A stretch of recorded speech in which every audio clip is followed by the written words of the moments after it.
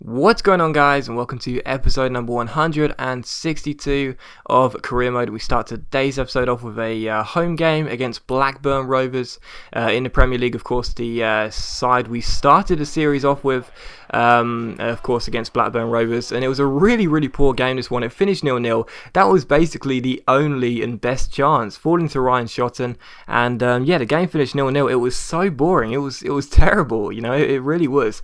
After such an incredible run since January, I was really surprised to see that game end 0-0, but at least we kept a clean sheet finally. But anyway, we take on West Ham in the next game at Upton Park, and this is where the title comes into play in this game, so look forward to this, seeing me well, you'll see what happens in a minute. But anyway, Lamine JJ scores here. Has actually not scored over the past couple of games, so was grateful to see JJ's name back on the score sheet. A very cool finish from JJ as he rounded the goalkeeper and chipped the ball into the back of the net. West Ham 0, Sunderland 1, but they did manage to get themselves back on level terms when Courtois, oh god, that made me rage so much. He came out, and usually when the goalkeeper comes out and he's so close to an opponent, he won't be able to be controlled. He'll just boot the ball away.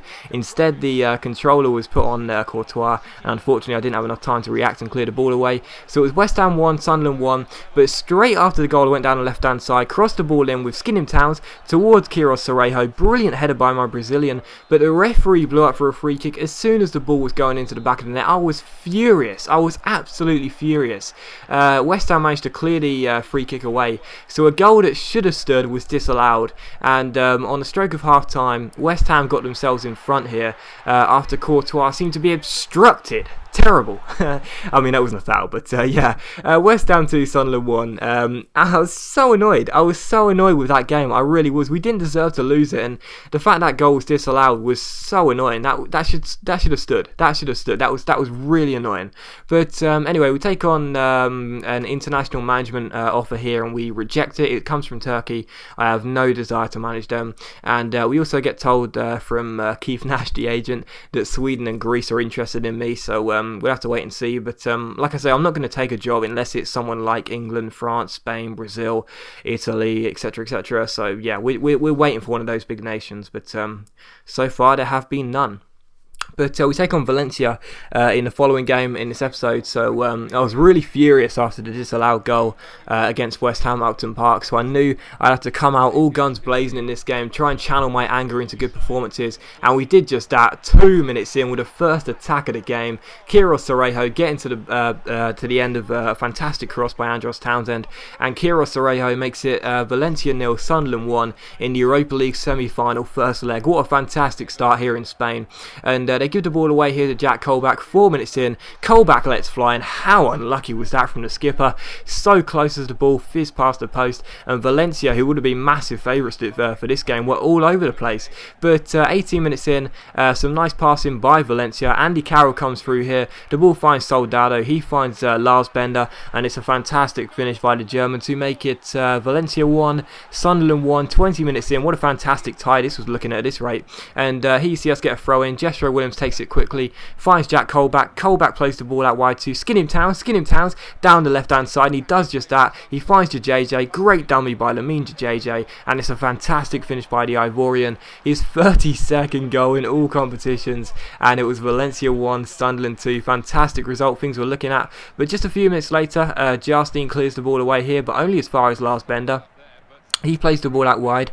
It's come back into Ava Banega. Eventually the ball is worked into the box where Soldado's shot is well saved by Courtois, and Andy Carroll's shot was brilliantly saved by the Belgian goalkeeper. We couldn't clear the ball though. It comes to Banega, it comes to Soldado, and it's some fantastic blocking by us as we managed to get the ball away and keep the score at 2-1. But just before half time, in injury time in the first half, Ava Banega picks up the ball here, and the Argentine crosses the ball into the far post, and Andy Carroll, is a fantastic header by the former Liverpool centre forward to make it 2-2 here on the stroke of half time, and Carroll comes back to haunt us. 2-2. But with 20 minutes to go, Soldado comes through here.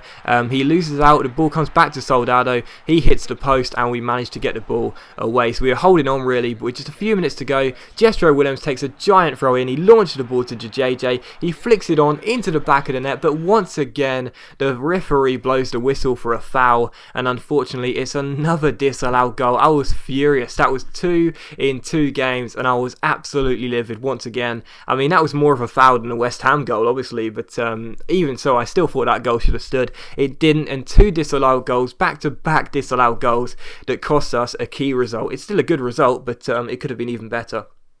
But in the game against Wigan, we were taking on some, I wouldn't say bad form, but still hadn't won in the past three games. So still wanted to win this one really.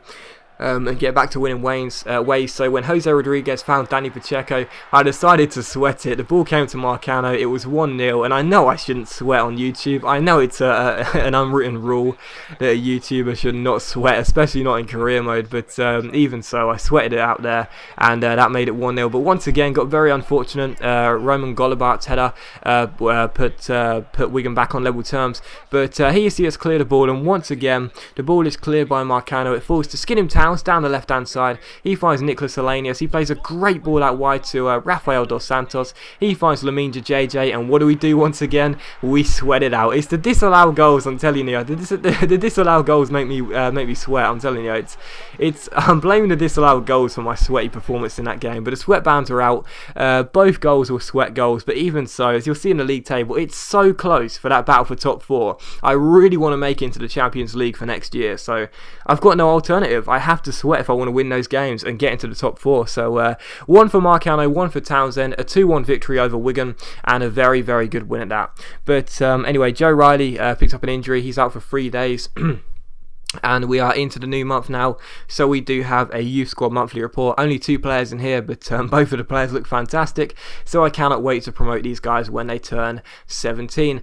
But as promised, here is a squad report, as you see at the start of every single month.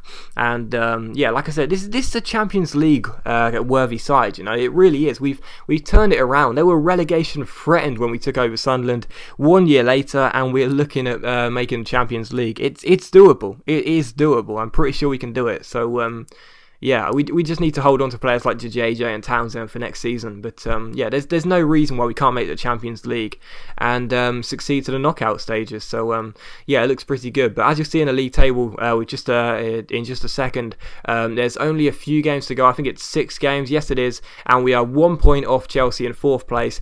It's all up for grabs. We can still make the top 4. It's going to be a fantastic finish to the end of the season. But as always, guys, a big thank you for watching this episode. I hope you've enjoyed it. If you have, please leave a like, and I'll see you for the next episode very soon.